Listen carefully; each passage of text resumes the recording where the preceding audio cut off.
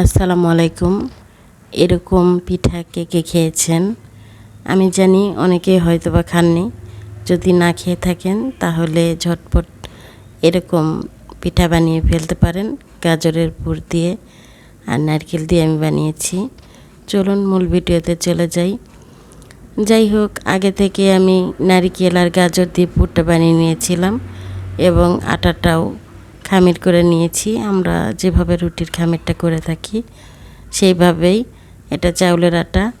তো একটি গোল করে বানিয়ে তার ভিতর পুরটা ভরে দিলাম।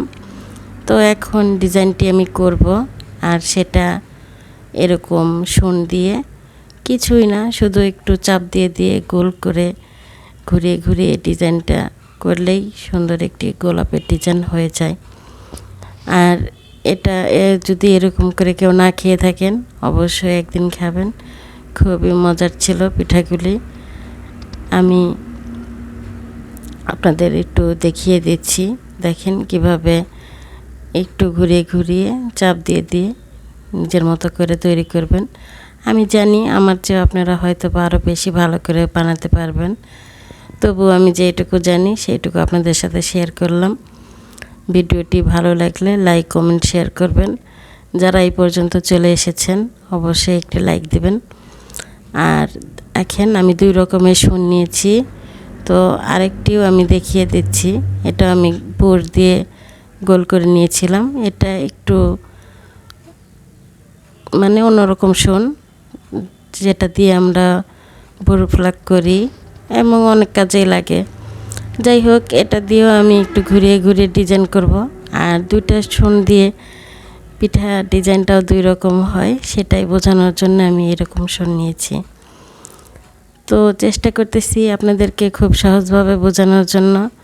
জানি না কতটুকু বুঝতে পারতেছেন বা আমি বোঝাতে পেরেছি। আর এই তো এরকম ঘুরিয়ে ঘুরিয়ে আমি ডিজাইনটি তুলে নিব। এখন এগুলোকে নিয়ে যাব ভাপ দিতে। যদিও আমি আটার খামিরটা করা দেখাইনি, কিন্তু আমরা তো সবাই পারি, যারা রান্না করতে পারি তারা। এই দেখেন আমার পিঠাগুলো হয়ে গেছে ভাপ দেওয়া। কিছু আমি আগে দিয়েছিলাম আর কিছু এখন দিলাম। তো একে একে এই পিঠাগুলো আমি রাইস কুকারে ভাপ দিয়ে নিব। আর এই যে ছিঁড়ি থালাটা থাকে সেটার ভিতরে দিয়ে দিলাম সবগুলো।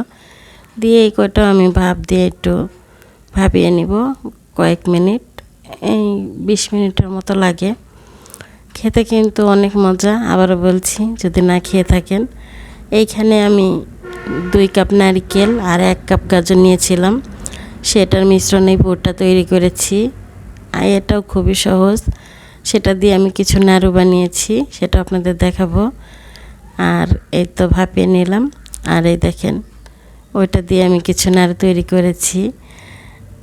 যদিও ভিডিওটি আমার রাত্রে, সেজন্য হয়তো বা এরকম লাগছে দেখতে। আর পিঠাটাও আমি প্লেটে নিয়ে নিলাম, আর ওইদিকে ওগুলো ভাপিয়ে নিচ্ছি। তো হয়ে গেলে এখন আমি একটি নাড়ু খাবো। তো খেতে ভীষণই মজা ছিল। অনেকেই তো নারকেলের নাড়ু খেয়ে থাকেন, এইভাবেও নাড়ু বানাতে পারেন। এটা খুবই মজা। পিঠাগুলো মাশাআল্লাহ আলহামদুলিল্লাহ অনেক ভালো হয়েছিল।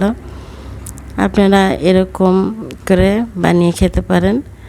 তারপরে এই দেখেন এই পিঠাগুলো আমার মেয়ে বানিয়েছে আমার সাথে, এটাও বানিয়েছে। আমি একটু তুলে দেখাচ্ছি। এই 3টা পিঠা আমার মেয়ে বানিয়েছে আর পাশেরগুলো আমি। তো অবশ্যই কমেন্ট করে জানাবেন আমার মেয়েরগুলো কেমন হয়েছে। ফুল ভিডিও দেখেন আমার মেয়েটা প্লেটগুলো এভাবে সাজিয়ে দিল, যেমন আমি সাজাচ্ছি। সাজানোটাও কিন্তু অনেক সুন্দর হয়েছে। অনেক কথা বলে ফেললাম। ভালো লাগলে পাশে থাকবেন। আজ এই পর্যন্ত। আল্লাহ হাফেজ।